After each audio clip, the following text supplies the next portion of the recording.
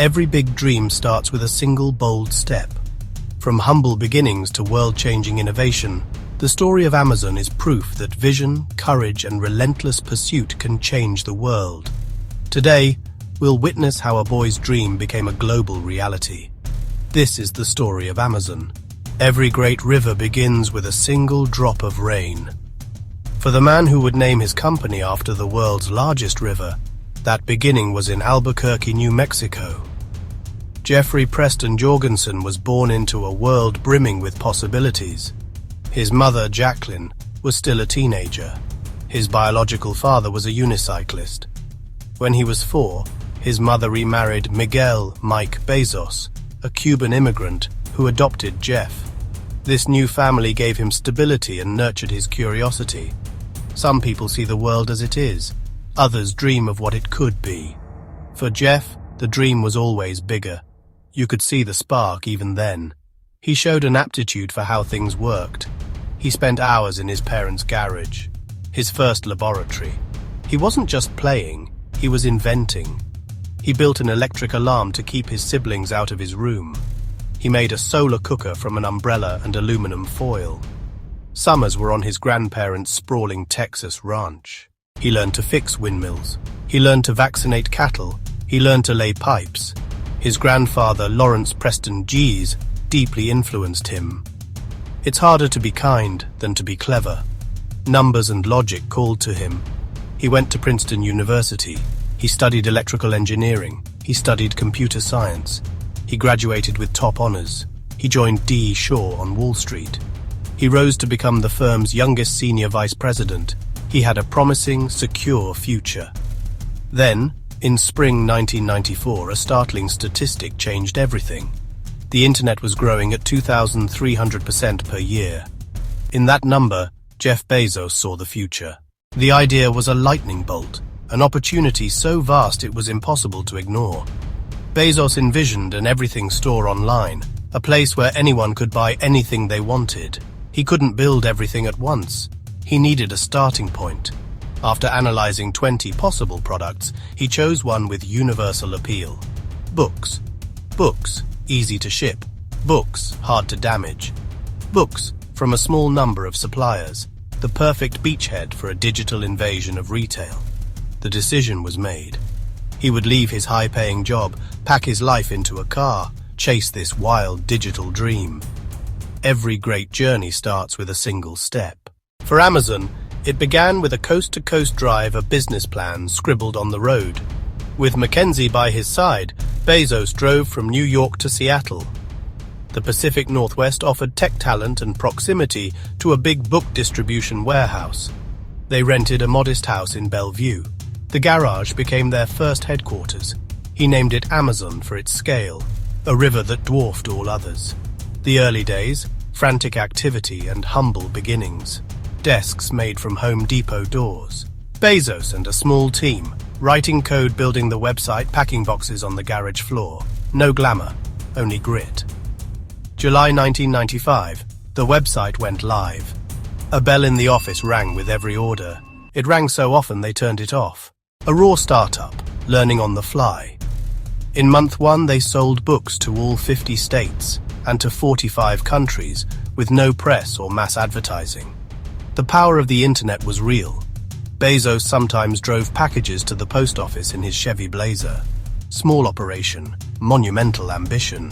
They weren't just selling books, they were building a new relationship with customers, using technology to deliver selection and convenience beyond any physical store. This was the foundation, concrete poured in that garage, upon which an empire would be built. The success with books was just the first chapter in a much longer story.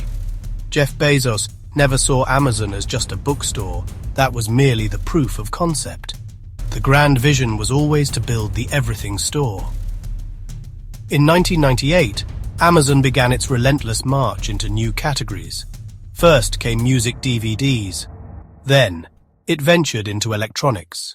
As Amazon grew into a retail behemoth, it was secretly building another potentially even bigger business inside its own walls. To run its massive e-commerce operation, The company had developed an incredible expertise in managing huge, complex, and reliable computing infrastructure. They had built data center servers software systems on a scale few companies in the world could comprehend. Around 2003, a couple of engineers realized that this internal capability, this complex, expensive system, was a powerful asset in its own right. What if they could rent out this computing power to other companies?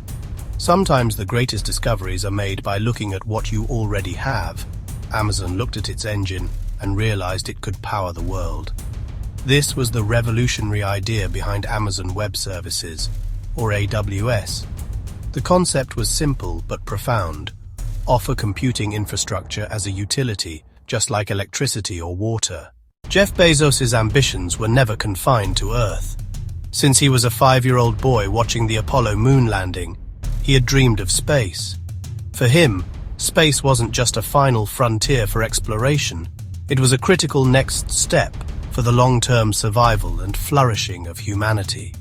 He believed that to secure our future, we would eventually need to move heavy industry off-planet and preserve Earth as a precious gem of residential and light industrial use.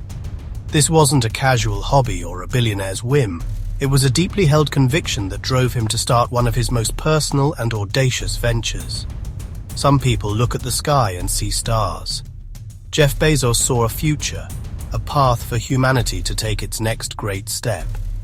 In the year 2000, long before it was fashionable for tech billionaires to have rocket companies, Bezos quietly founded Blue Origin. For years, the company operated in near-total secrecy, slowly and methodically working on the fundamental technologies needed for safe and reliable spaceflight.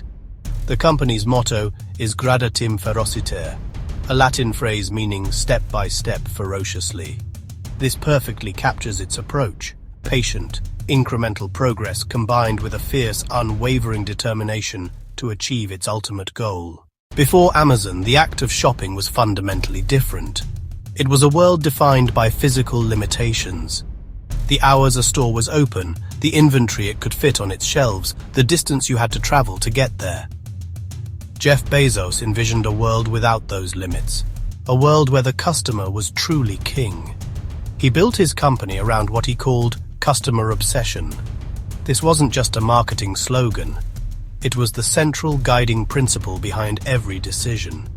He famously left an empty chair in early meetings to represent the customer, ensuring their perspective was never forgotten. The goal wasn't just to sell things online, it was to create an experience so seamless, so convenient, that the old way of doing things would seem impossible to go back to. This obsession manifested in a series of innovations that we now take for granted. The idea of a nearly infinite selection, where you could find not just the current bestsellers, but also obscure out-of-print books, was revolutionary. The introduction of user-generated reviews created a community of trust, where buyers could learn from the experiences of others, and one-click ordering which removed friction from the buying process. Then came the game-changer, Amazon Prime. What drives a company to relentlessly innovate, even when it is already the dominant leader in its field? For Jeff Bezos, the answer is a simple but powerful mindset he calls the Day One philosophy. He has argued that there are two kinds of companies, those that are on Day One and those that are on Day Two. Day Two is stasis, followed by irrelevance, and then a painful decline. Day One, in contrast, is a state of constant beginnings.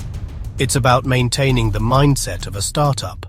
Agile, hungry, willing to experiment, always focused on the customer. This philosophy is the cultural heartbeat of Amazon. For Jeff Bezos, the finish line is always the starting line. This mindset encourages a willingness to invent and, crucially, a willingness to fail. Bezos has often said that if you're not failing, you're not inventing enough.